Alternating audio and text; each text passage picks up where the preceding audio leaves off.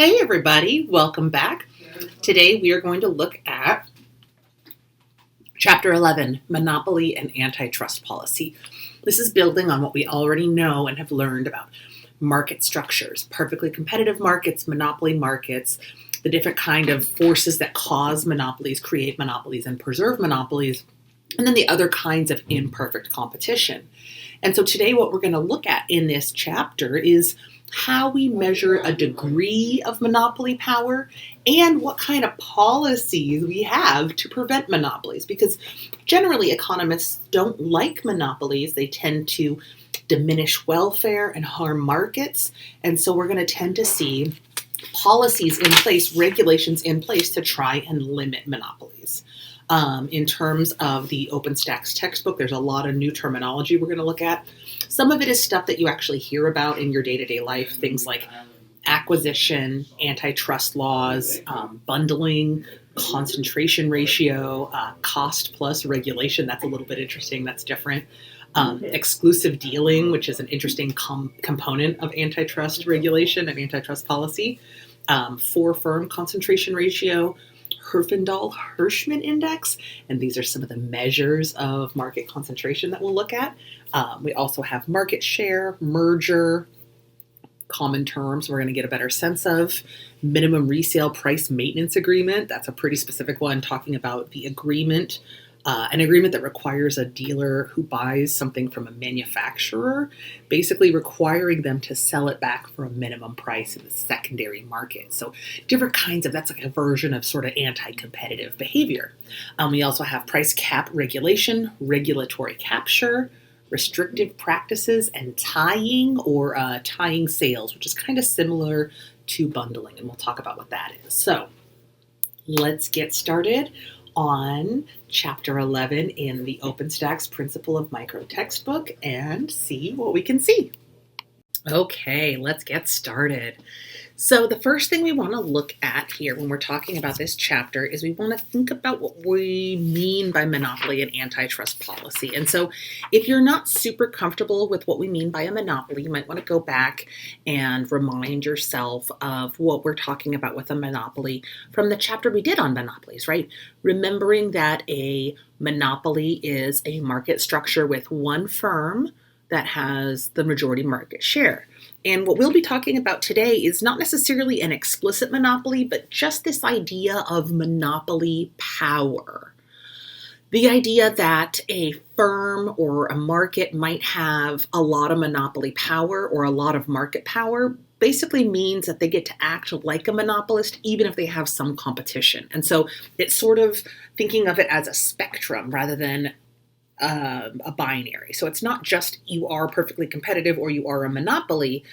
It's this idea that you can be more monopolistic. Firms can have more monopoly power or less monopoly power.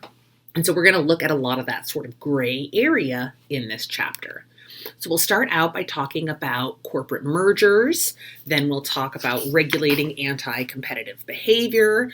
We'll talk about regulating natural monopolies, which is very different from monopolies that occur in traditional markets. And we'll talk about exactly what that means. It's going to be based on the firm cost function. So hopefully you have a sense of remembering marginal cost and average total cost curves, because those marginal costs and average total cost curves will come into play in this chapter. And then in the last section, we'll talk about the great deregulation experiment and how deregulation in the 70s and 80s went and waves of regulation that have followed. So it'll be a little bit of a context for the US version, the US example.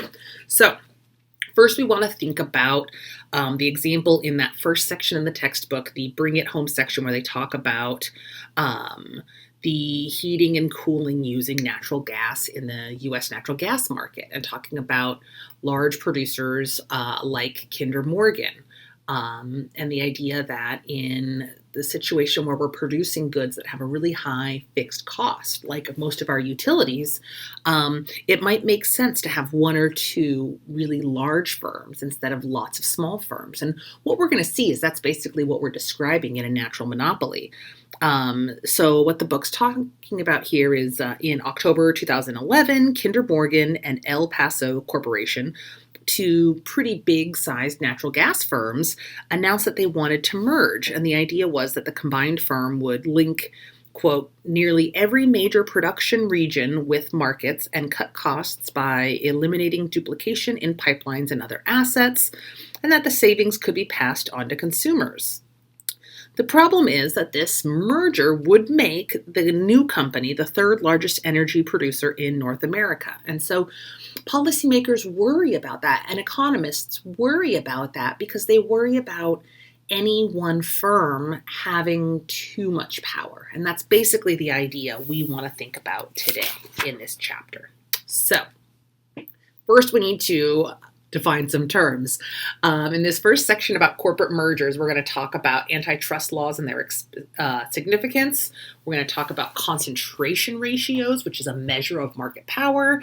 We're also going to talk about the Herfindahl-Hirschman Index, another measure of market power. And then we're going to just evaluate some of the antitrust regulation we see. But before we do, we want to get clear in our heads the difference between a merger and an acquisition. A merger is when two separate firms combine to be a single firm, and it's sort of an equal footing kind of situation.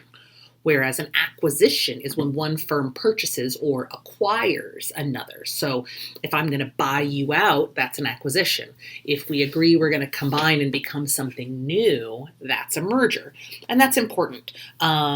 They can look like each other, but they don't necessarily. But the big idea here is we want to think about how either a merger or an acquisition alters the market power that the firms had before and after. So before the merger and after the merger, or before the acquisition and after the acquisition, what happens to that market? And so here we can just take a look at some of the data. This looks at the number of mergers submitted for review by the Federal Trade Commission, who is the regulatory body that oversees that. And we can see we're looking from 1999 to 2012, and we can see the size of the merger, the numbers of the mergers here, and then the size of the mergers in terms of the dollar amount in millions of dollars. And so one thing we can see is that the number of mergers in 1999 and 2000 were relatively high compared to more recent years. 2001 and 2007 saw pretty high numbers of mergers, but still much lower than what we saw in 1999 and 2000. And in 2012, we see the greatest number of mergers submitted for review, and it was a lot of transactions between 100 and 150 million. And so this is just looking at a single year, and we see a lot of mergers of a certain size out of the 1,429 mergers submitted to the FTC in that year. So when we think about the regulations for approving mergers and acquisitions, we generally group all those together. The laws that give the government the power to block mergers and sometimes break firms up are generally called antitrust laws. And that's what we mean when we talk about antitrust policy and antitrust laws. These are the laws that give the government power to break firms up. And we basically have three large antitrust laws over history. The big major first antitrust law is the Sherman Antitrust Act, and the Sherman Antitrust Act was created in 1890. It's sort of our first and original antitrust law, and it was designed to deal with and break up Standard Oil, which was the big oil company of the time. It really is our landmark antitrust law, but we also have a couple others. The Clayton Act was passed in 1914, and it outlaws mergers and acquisitions that would, quote, substantially lessen competition. It's going to be looking at tied sales, specific things, predatory pricing, tied sales, sales that are tied together of goods. We'll talk more about that. And then in 1950, we have the Kefauver Act, and that basically extended the Clayton Act by looking at vertical mergers, which is basically this idea of vertical integration.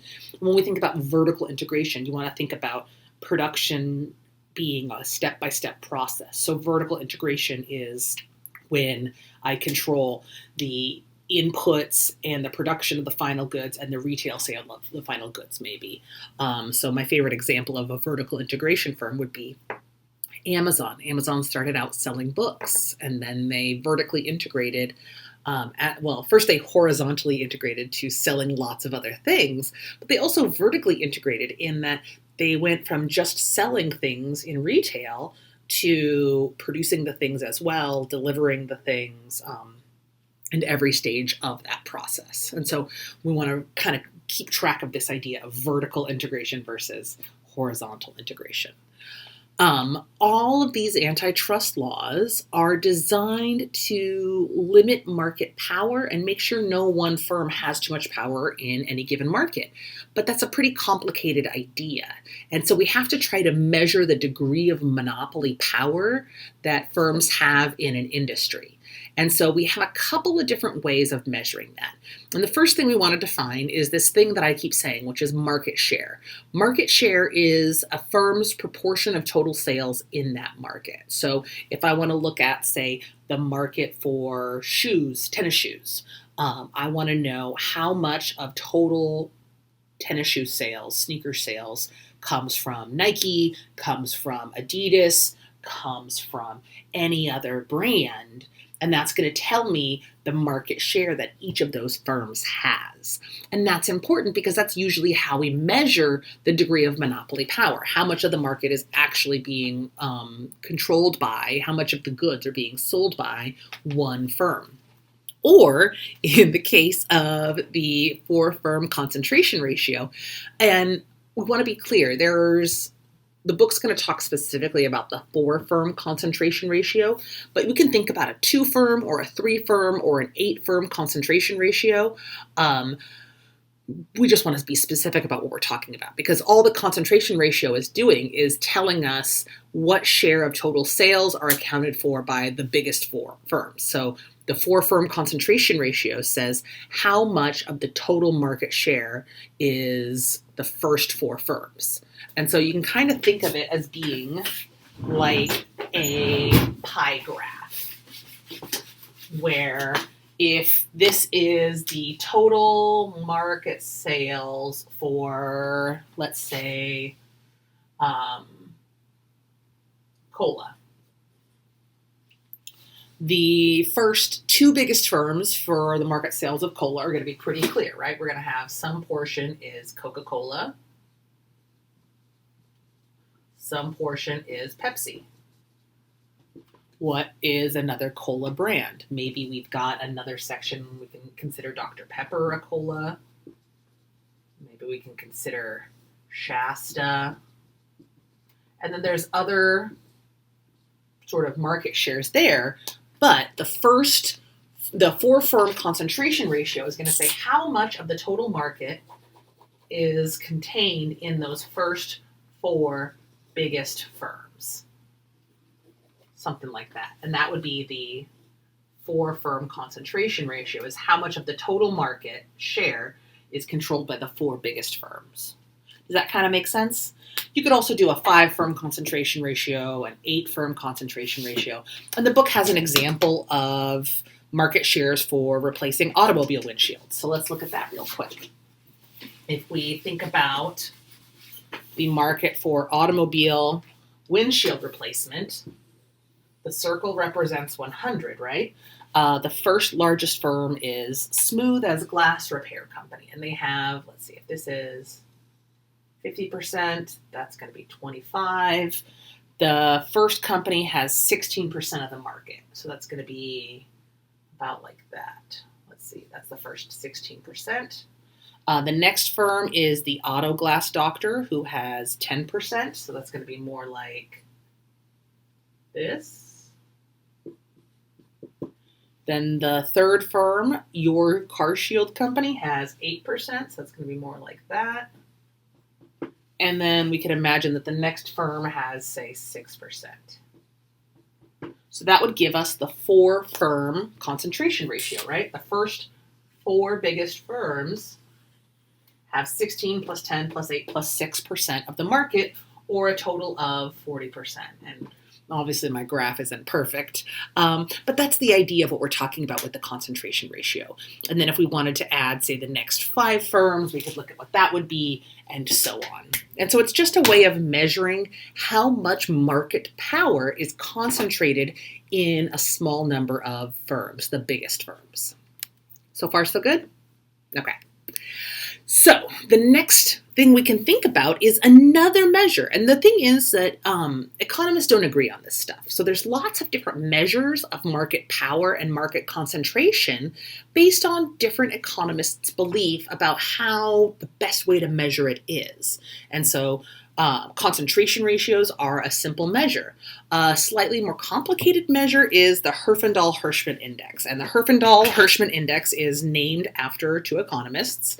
And it's basically another way of calculating market concentration or measuring market concentration.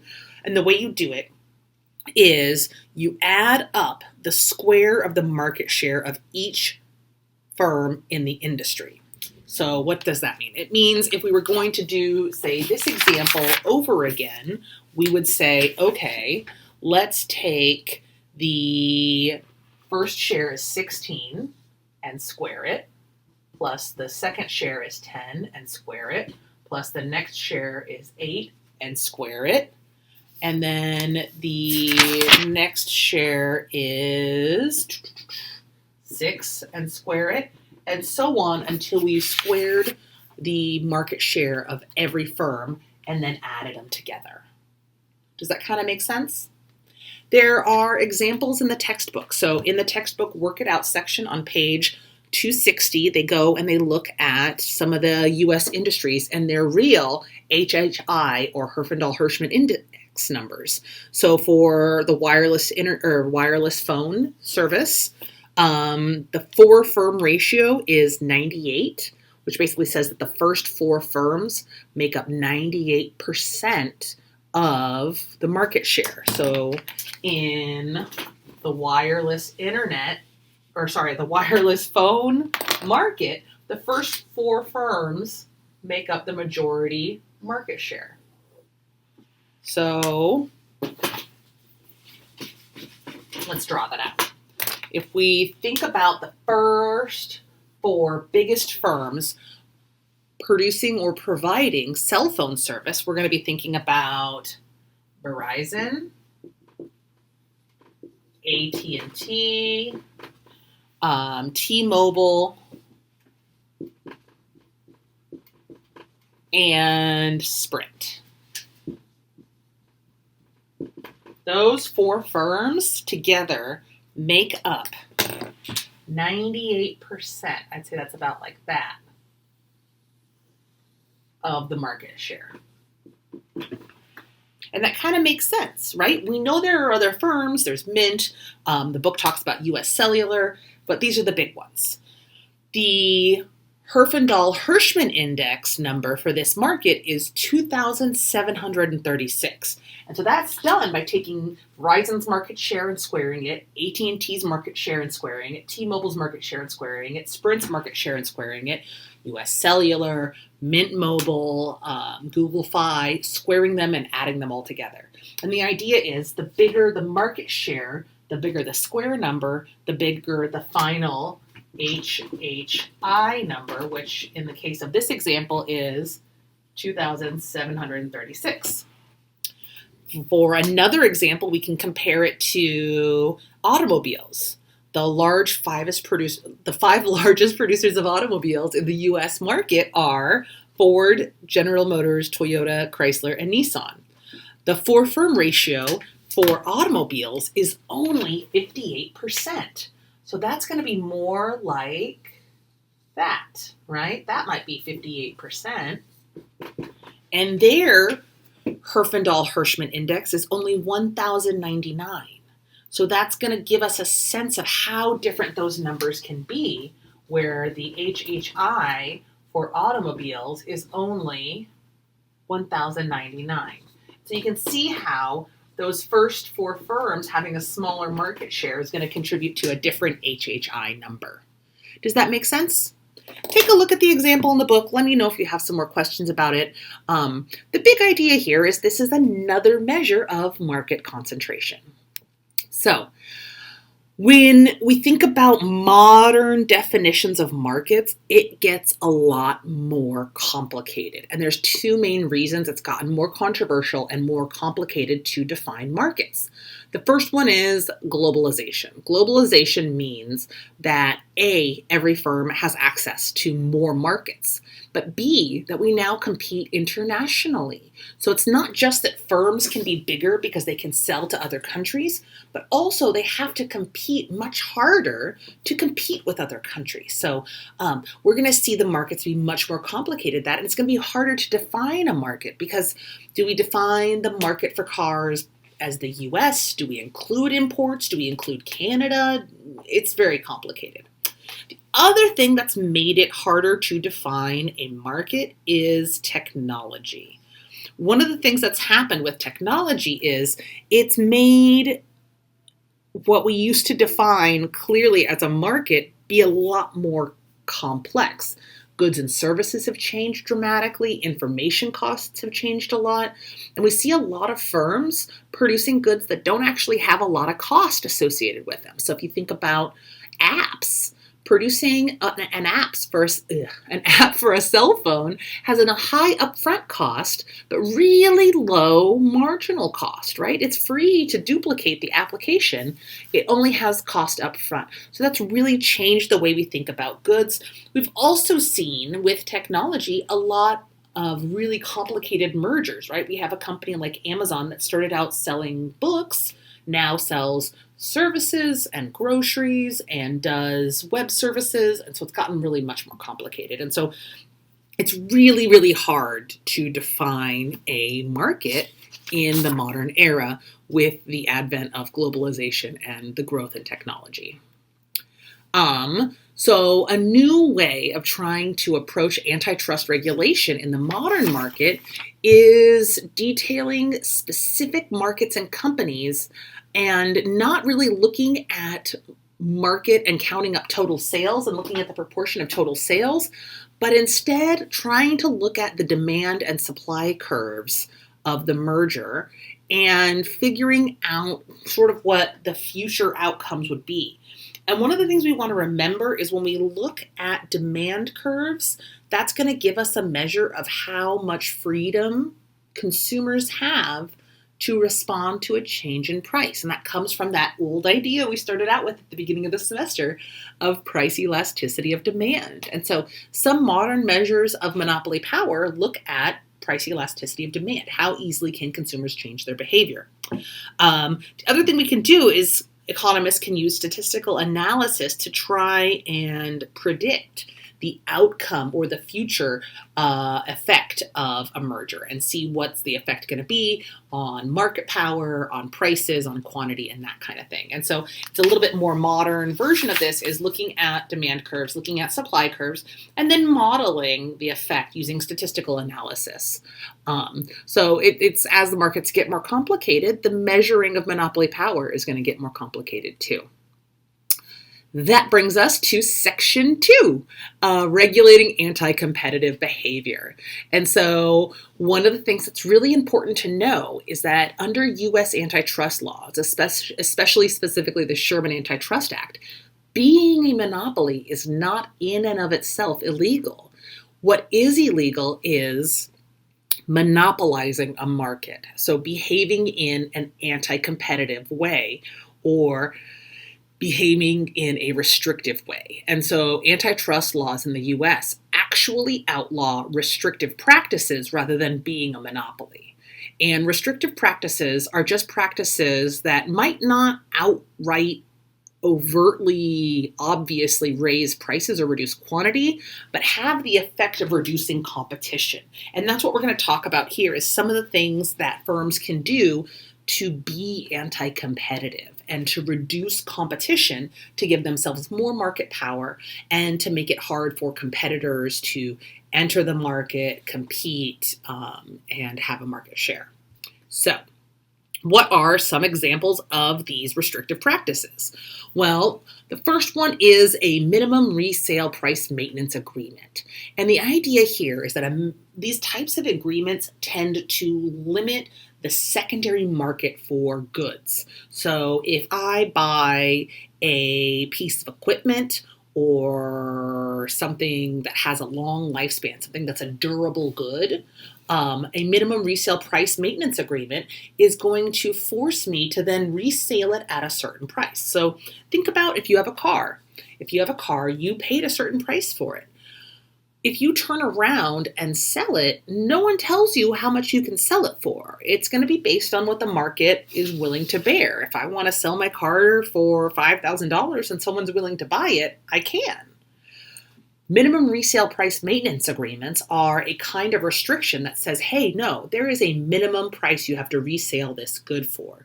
And the idea is by doing that, you tend to prop up the value of the good in the secondary market and make it harder to compete, make it harder to resell goods. And so it sort of stops you from creating a secondary market or an alternative, right?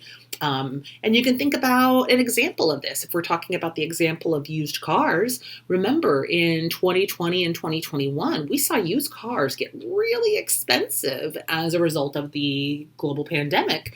And we actually saw in some cases used cars be more expensive than new cars. And so you can really alter the market in that way by propping up and sort of falsely elevating the secondary price of a good, or the resale price of a good. Another example of restrictive practices is exclusive dealing. And exclusive dealing is when you have an agreement to only sell products from one manufacturer. A really, really small version of this is when you go to a restaurant and they only have Coke products or they only have Pepsi products. That's an example of exclusive dealing. It's usually on a small enough scale that depending on what kind of restaurant you go to, it's going to be one or the other. And so it's not necessarily considered anti-competitive in that realm, but we can have experiences of exclusive dealing where it can be anti-competitive. And so an example in the book is if Ford Motor Company decides to only sell its cars to Ford dealers and GM only sells its cars to GM dealers, that might reduce competition. It might make it harder for consumers to get access to a variety of goods. It's sort of like the opposite of a supermarket. When you go into a supermarket, there's lots of goods sold by lots of different companies, and that increases your access to goods and increases the competition between those goods, right? I can pick whatever kind of cereal I want because there's lots of options. Exclusive dealing makes it harder for consumers to access a diverse group of products and sort of forces you into following kind of a set path of the same goods, and that gives that firm, that manufacturer, a lot more market power. Another kind of restrictive practice is called tying or tying sales. And the idea of tying is when a customer has to buy one product if they buy another product. And we'll talk about an example of this when we talk about Microsoft's anti-competitive and restrictive behavior. And it's kind of weird because we don't think of Microsoft being as dominant as it was in the 90s, but in the 1990s, Microsoft was very dominant. And one of the ways they got into trouble with antitrust legislation was in tying or bundling. And tying and bundling are kind of similar, so I'm going to kind of use them interchangeably. They are slightly different, but an example of tying would be if you buy a computer and then you have to buy the operating system, but you can only buy one kind of operating system. So if I buy a Microsoft, I have to buy the Microsoft operating system. If I buy an Apple or a Mac, I have to buy the Mac OS. And so being only able to buy one product if I buy another product is a version of tying. Bundling is when you group the goods together and it's not two separate purchases, it's a bunch of things grouped together. And so that's when, for example, you buy a computer and an operating system and you get a free web browser. That bundling is also considered anti-competitive in some situations, and that's where Microsoft got into trouble. They bundled their web browser with their operating system and their computers, and the argument was that it made it difficult for other web browsers to break in. If you're not familiar, web browsers are things like Firefox, Chrome, Netscape, what's the other one? There's a bunch of them. And the ones that were popular in the 90s are gone now.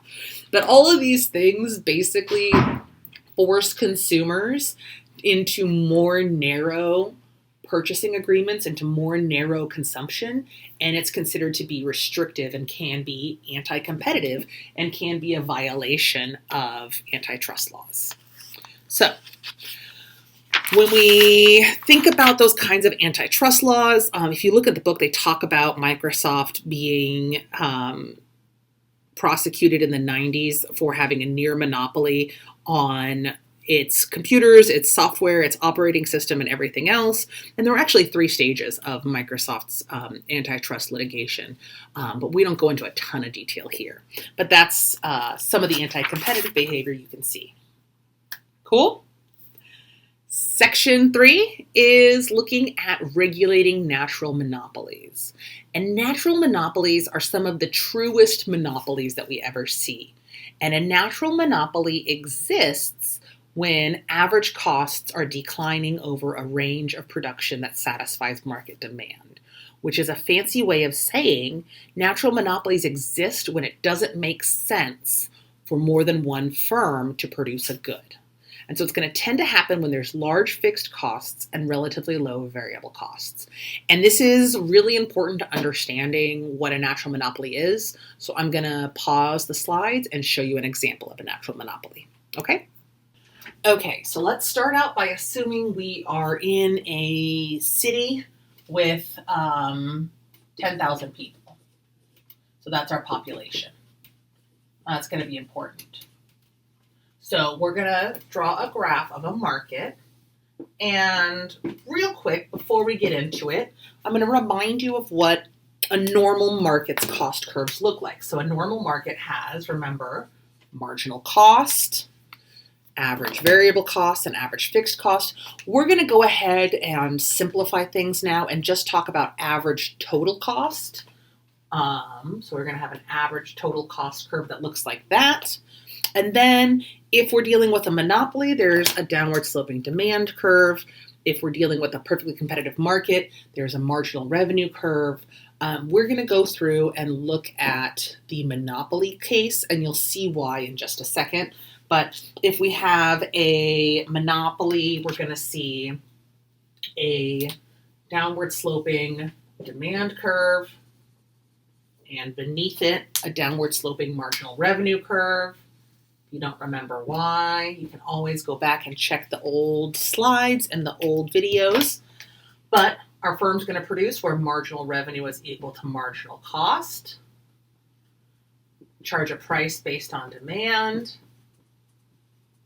and that would be our equilibrium in a normal monopoly, right?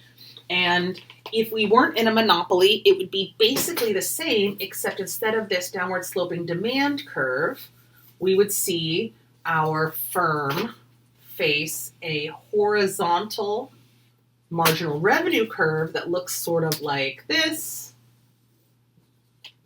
That would help them decide what quantity to produce. It'd be, say, this.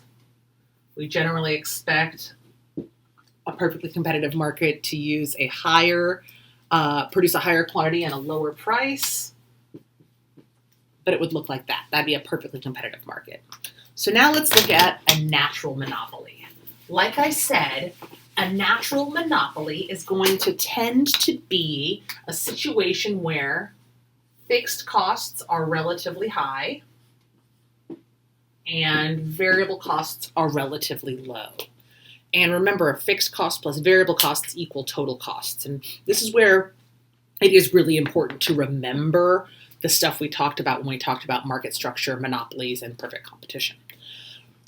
In this situation, if fixed costs are relatively high and variable costs are relatively low, then our average cost curve isn't going to look like this, where average cost is minimized at, say, 10 units, 20 units, 30 units.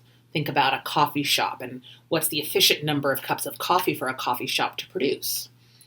What we're going to be thinking about is natural monopolies, which tend to be things like utilities, so like electricity, gas, and water. And what we see with these is they tend to have average cost curves that look more like this, which is not to say that they don't go up eventually, but they don't go up for a long time. So if we have a city with a population of 10,000, let's say that's right here. This is electricity, for 10,000 people. At this point, costs are here. This is the average cost of producing 10,000 units of electricity. It's a natural monopoly because think about what would happen if we broke this up into two and had two identical firms produce this electricity. If two firms produce the electricity, we're going to be over here, where each firm is providing somewhere around 5,000 households with electricity. That cost is going to go up. What if we want four firms? Four firms would split the market again into 2,500 clients or customers each and really raise prices. So this is our highest price, and then we have a lower price. And that's what a natural monopoly is. It's a situation where the cost curve is such that the total market can best be met by one firm relative to two firms or more. And if you remember, in perfectly competitive markets, we have hundreds of firms. So let's say we had 100 firms. How much would each firm produce? How many households would each firm provide with electricity? If we divide that 10,000 by 100, it's going to be way up here. Really, really, really high cost. And that makes sense because think about the cost of having somebody run electrical lines to every house 2 times, 3 times, 4 times, 10 times. That's that high fixed cost of creating the infrastructure for electricity. And so with goods like that, we tend to say, hey, listen, it doesn't make sense to have lots of firms. It makes sense. It's natural to have one firm produce the largest quantity because they can do it at a lower cost.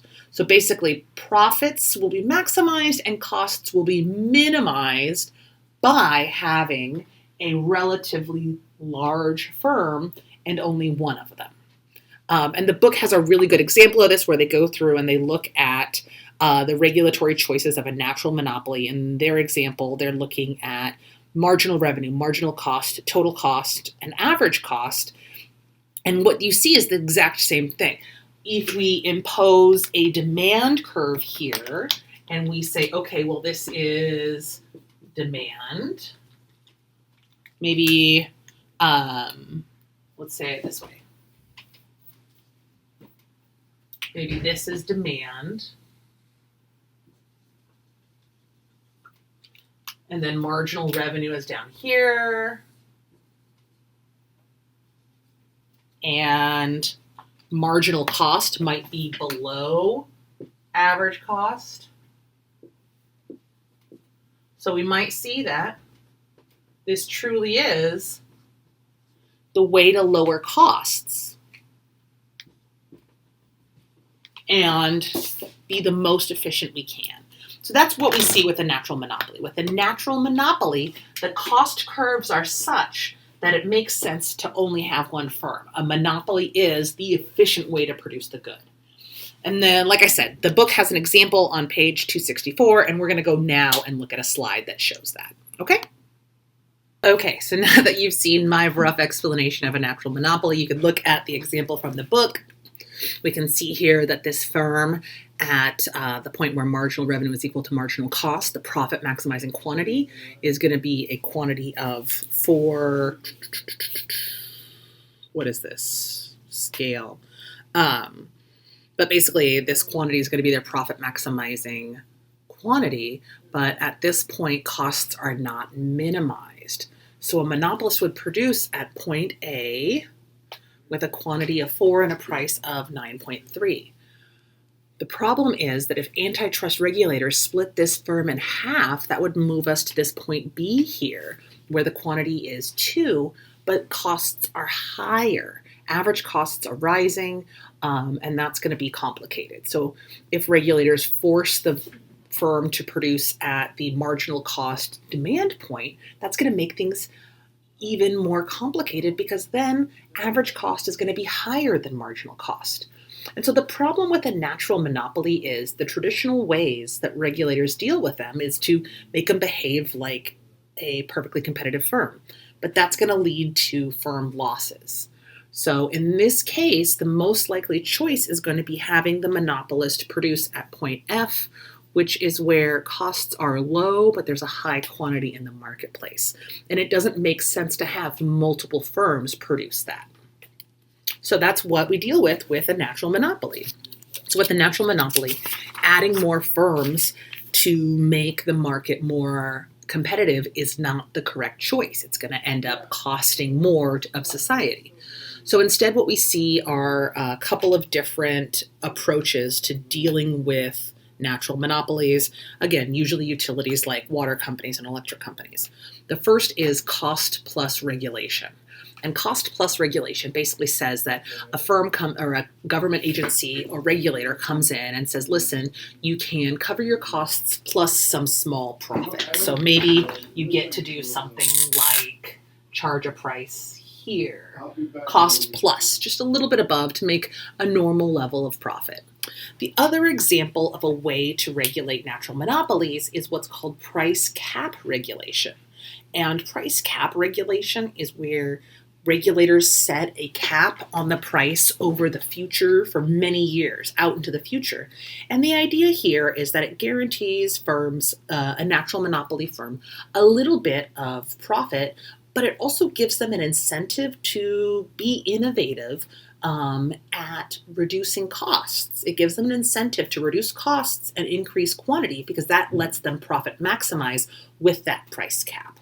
And that's really common. We see that with similar to what we do with PG&E, where their prices are set by a regulator, and if they're able to lower costs or increase quantities, they can alter their productivity and their profits. And so those are two common ways in order to regulate a monopoly. Because again, with a natural monopoly, market competition is not going to be efficient. And so in order to protect consumers from high prices, we have some kind of regulation of that natural monopoly market. Okay? So, the last thing we want to talk about is the Great Deregulation Experiment. And this is just a short section that gives us a little history of deregulation in the US. And deregulation is the idea of taking a already regulated market or industry and removing some or all of the regulations, removing some or all of the control over prices, quantities, or other dimensions of regulation. And the idea here is that we might have a situation where we no longer need regulation, or we want to see what the market will do on its own. And so this idea of deregulation is something we see a lot in the 70s and the 80s. And we tend to see periods of deregulation in periods of pretty good economic conditions.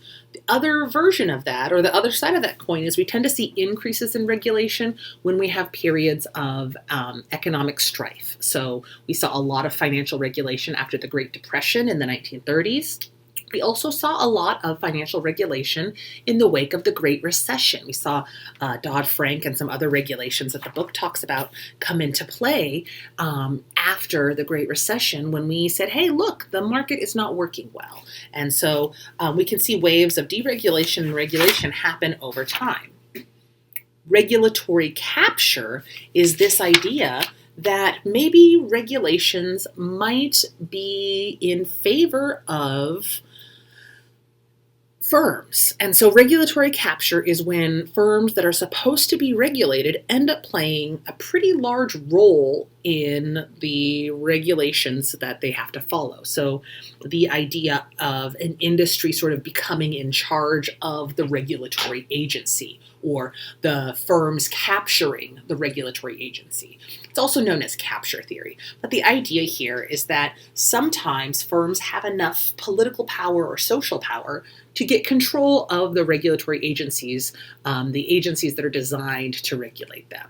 And so we might see that people from the industry end up working in the regulatory agencies, or people from the regulatory agencies might be promised a job in the private sector in the firm. So like you work for the FDA, the Food and Drug Administration, and then a drug company hires you, or you work for the Department of Transportation, and then an auto manufacturer promises you a job, something like that. And so the idea is that there's a lot of mismatch, and I guess not mismatch, there's some crossover and some bleeding through between regulations and the regulatory agencies and the industries those regulatory agencies regulate. And that can lead to some suboptimal outcomes, some problems. The effects of deregulation, where we talked a little bit about the Great Recession, the Great Depression. One of the really famous deregulations that economists tend to be pretty fond of is the deregulation of the airline industry. And the problem here is this sort of obvious trade-off, this essential trade-off in economics between regulation and deregulation. The idea that regulation helps protect us from market failures, but deregulation can maybe limit that protection, but also give firms a greater incentive to behave competitively and can allow firms more autonomy. And so there's this constant push-pull between letting firms be competitive on their own, deregulating them, and regulating them to keep them from making mistakes, basically. And then the last two things we want to talk about here are two big forms of regulation that occurred in the wake of problems of deregulation. So the first is Sarbanes-Oxley. The Sarbanes-Oxley Act of 2002 was in direct response to some pretty big problems. Giant corporations, prominent corporations like Enron and WorldCom, were making mistakes. They had outsourced their financial reporting, and the company that was doing their financial reporting had made a lot of errors that led to massive collapses of these firms. And it wasn't just these firms collapsed, it was that other entities, pensions, had invested in these firms, and so pensions collapsed. And so it was a really big deal. And so Sarbanes-Oxley is designed to increase confidence in the financial information that these public corporations put out and protect investors from fraud, from false accounting statements, like we saw with Enron, WorldCom, and Tyco. Dodd-Frank is another sort of response to deregulation, specifically to the failure of Lehman Brothers Mortgage Corporation, or Lehman Brothers, the Fannie Mae and Freddie Mac, and everything that we saw happen in 2008 in the Great Recession. So the Dodd-Frank Act is explicitly designed to promote financial stability in the United States by improving transparency of the financial system and ending the idea that some financial entities are too big to fail. And the whole point is to protect consumers and protect the financial markets from failure, because they're essential to a good functioning democracy. And this is still debated. Economists are still debating whether these regulations are important, necessary, unnecessary, and overreaching. And it really gets to this tension between letting markets do their own thing and trying to protect consumers and the marketplace from itself. So that's the big idea here. That's what this chapter is all about.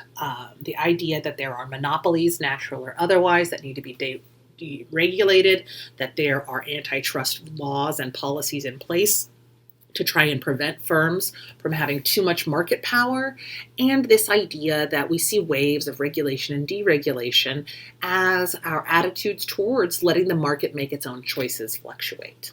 So here we have the brief history of airline deregulation as a little case study. And so in 1921, the first government regulation of the air industry was created, and it basically gave airlines the permission to fly very specific routes for mail delivery.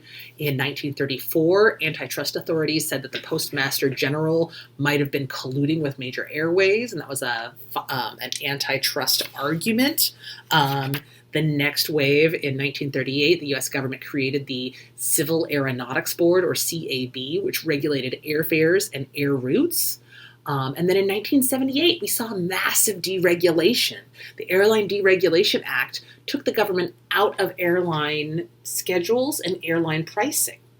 And economists argue that this led to greater competition from deregulation, which generally lowered airfares, increased efficiency, preserved safety, and offered more services. But I think it's worth questioning whether that's still true. Do we still feel like airline deregulation was good? There are pluses and minuses. A lot of fares got cheaper, some fares got more expensive.